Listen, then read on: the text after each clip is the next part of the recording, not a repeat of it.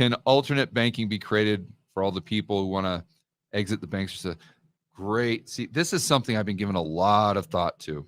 We were talking about this before with what happened to my buddy Nigel Farage. And, I can tell you, I'm sure most of you don't know Nigel. So you kind of see him out there. He's a little outlandish maybe, and you kind of wonder if it's an act. And I've met, and I haven't hung out with him a lot, but we were hanging out in Mexico City at Andrew Henderson's event. And I had the chance to spend a couple hours with him. And we rode to the airport together, and we had some great conversations.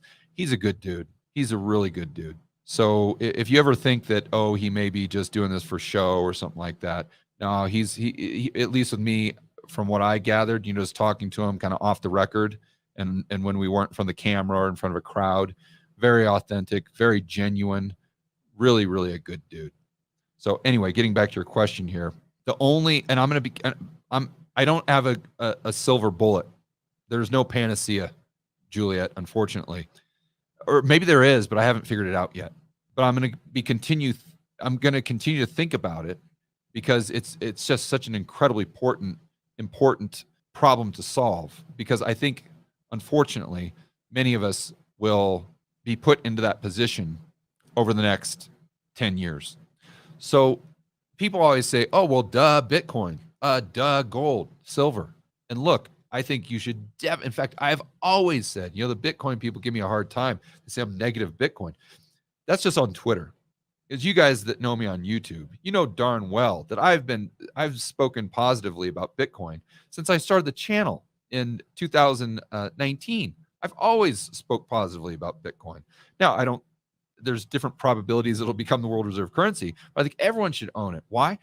Not because it's going to 1 million or whatever, have fun staying poor. Not for that reason, but have something out of the banking system, for heaven's sakes. Have some sort of purchase. If even it goes down, so what? It's like an insurance policy, but it doesn't mean that you can exist that way. That's a big, big, big difference, right? And for most people, sure, you could find some Amish community of Bitcoiners where you could do work and your employer could pay you in Bitcoin and you could just spend Bitcoin. But again, that would be living like the Amish. And now that may be an option for a lot of people. But for most people, that's not really going to be an option. And now eventually, in let's say 10, 15 years, we could see Bitcoin get to the point where it could be a viable option to just not even have a bank account. But I don't think we're going to get to that point prior to a CBDC or prior to them, debanking a lot of people, even people who aren't prominent figures. So the only even Band-Aid solution that I can come up with is make sure you've got purchasing power outside the system, like we talked about, gold, silver, Bitcoin, but then also make sure you're diversifying your political jurisdictions with your banks, right? So if Nigel Farage had an account in Dubai, he could access that account. He'd have a debit card. He could still pay his bills. And hopefully, I don't know who his employer is, or I don't know how he makes money, but, say he's, I don't know, has a Patreon or a YouTube channel or something like that. He could at least get YouTube to pay his Dubai account, even if he is frozen out of the UK banking system.